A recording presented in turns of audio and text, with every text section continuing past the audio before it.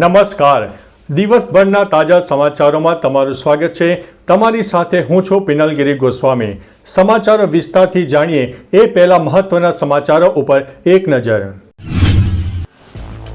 નમસ્કાર મિત્રો, અત્યારના સૌથી મોટા અને અગત્યના સમાચાર સામે આવી રહ્યા છે.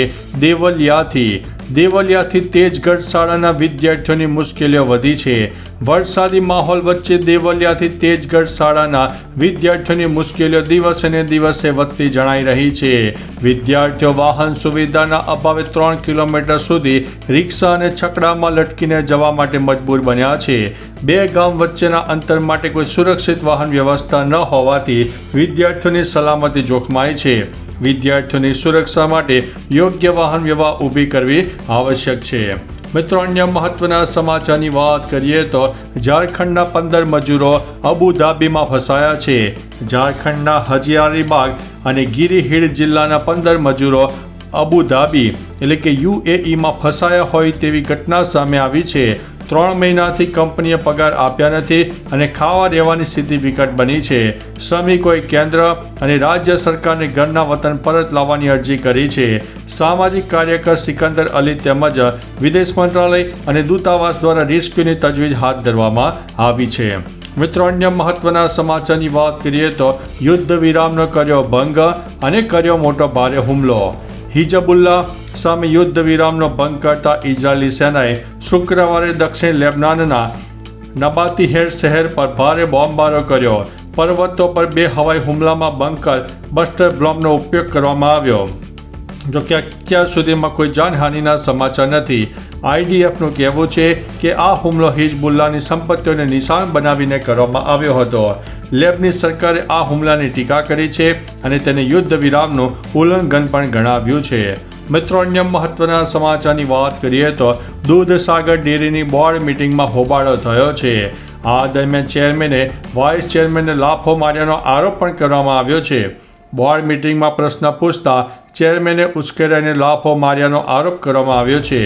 લાફો મારતા ચશ્મા અને ચેઇન પણ તૂટી ગયાનો આક્ષેપ સાથે vice chairman Yogesh Patel police station પહોંચી ગયા હતા. મિત્રો, અન્ય મહત્વના સમાચારની વાત કરીએ તો પહેલગામ હુમલાની સીધી અસર અમરનાથ યાત્રા ઉપર જોવા મળી છે. 3 જુલાઈથી અમરનાથ યાત્રાનો પ્રારંભ થઈ રહ્યો છે. પહેલગામમાં આતંકી હુમલાની સીધી અસર અમરનાથ યાત્રા ઉપર દેખાઈ રહી છે. જમ્મુ કાશ્મીરના ઉપરાજ્યપાલ મનોજ સિન્હાએ કહ્યું છે કે અત્યાર સુધી માત્ર 85,000 યાત્રિકોએ રજીસ્ટ્રેશન કરાવ્યું છે. ગત વર્ષે 2.36 લાખથી વધુ ભક્તોએ દર્શન કર્યા હતા. તેમણે કહ્યું છે કે પહેલગામ હુમલાને લઈને અમરનાથ યાત્રાના રજીસ્ટ્રેશનમાં ઘટાડો નોંધાયો છે.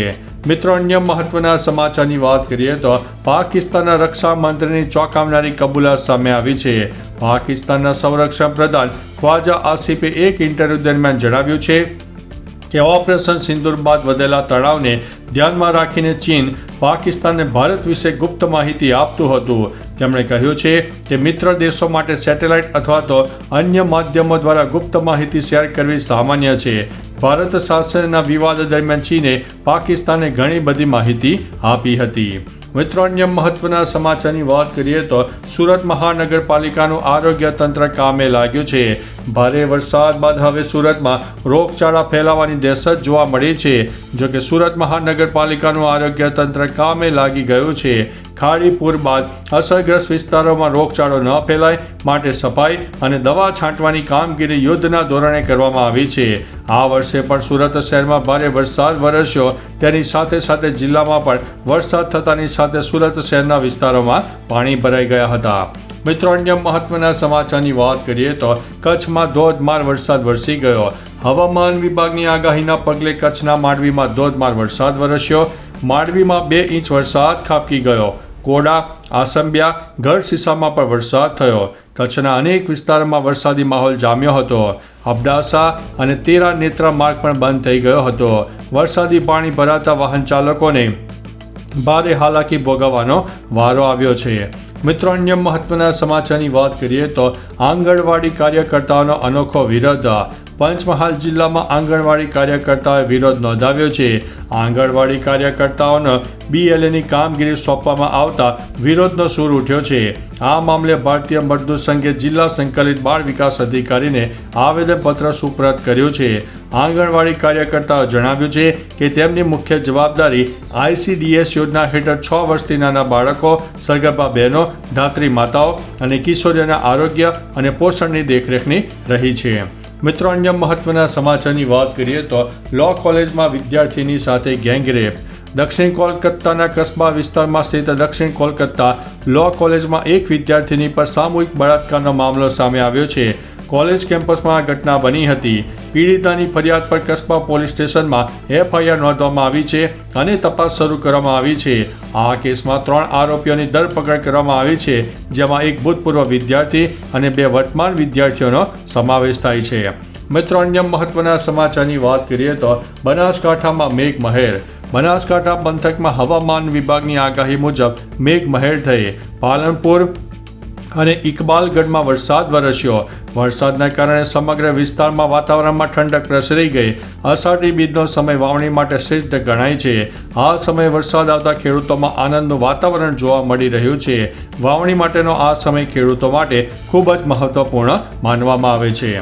મિત્રો, અન્ય મહત્વના સમાચારની વાત કરીએ તો સિસોદિયા અને સત્યેન્દ્ર જૈનની ધરપકડ થશે. દિલ્હીના ભૂતપૂર્વ નાયબ મુખ્યમંત્રી મનીષ સિસોદિયા અને PWD મંત્રી સત્યેન્દ્ર જૈનની ફરીથી ધરપકડ કરવામાં આવશે. ACBને 2000 કરોડથી વધુના ક્લાસરૂમ કૌભાંડમાં તેમની વિરુદ્ધ પુરાવા મળ્યા છે. તેમની ધરપકડ બાદ બાંધકામ કાર્ય સાથે સંકળાયેલા કોન્ટ્રાક્ટરો અને PWD એન્જિનિયરો સહિત મધ્યસ્થોની પણ ધરપકડ થઈ શકે છે. મિત્રો, અન્ય મહત્વના સમાચારની વાત કરીએ તો હીરા જોટવાના 6 દિવસના રિમાન્ડ મંજૂર. ભરૂચના ચકચારી મનરેગા કૌભાંડ મામલે મોટા સમાચાર સામે આવ્યા છે. કોંગ્રેસ નેતા હીરા જોટવાના 6 દિવસના રિમાન્ડ મંજૂર કરવામાં આવ્યા છે. ઓપરેટર રાજેશ ટેલરના પણ 6 દિવસના રિમાન્ડ મંજૂર કરવામાં આવ્યા છે. ઉલ્લેખનીય છે કે હીરા જોટવા પર મનરેગા કૌભાંડ કરવાનો આરોપ લાગ્યો છે. ગુજરાત પ્રદેશ કોંગ્રેસ ઉપપ્રમુખ હીરા જોટવા બાદ તેમના પુત્ર દિગ્વિજયની પણ પૂછપરછ અર્થે અટકાયત કરવામાં આવી છે. મિત્રો, અન્ય મહત્વના સમાચારની વાત કરીએ તો હાઈવે પર વાહન ચલાવનારાઓનું ટેન્શન હવે સમાપ્ત થશે. હાઈવે પર વાહન ચલાવનારા લોકોનું ટેન્શન હવે ધીમે ધીમે દૂર થવાનું છે. ટૂંક સમયમાં તમને નેશનલ હાઈવે ઓથોરિટી ઓફ ઇન્ડિયાની હાઈવે ટ્રાવેલ એપ્લિકેશનમાં સૌથી ઓછા ટોલ રૂટનો વિકલ્પ જોવા મળશે. નેશનલ હાઈવે ઓથોરિટી ઓફ ઇન્ડિયાની તેની સત્તાવાર હાઈવે ટ્રાવેલ એપમાં ટોલ ટેક્સ સૂચક સુવિધા ઉમેરવા જઈ રહી છે. આ એપ્લિકેશનમાં યુઝર્સને એક શહેરથી બીજા શહેર વચ્ચે સૌથી ઓછા ટોલ ટેક્સ રૂટ વિશે માહિતી પણ મળવાની છે.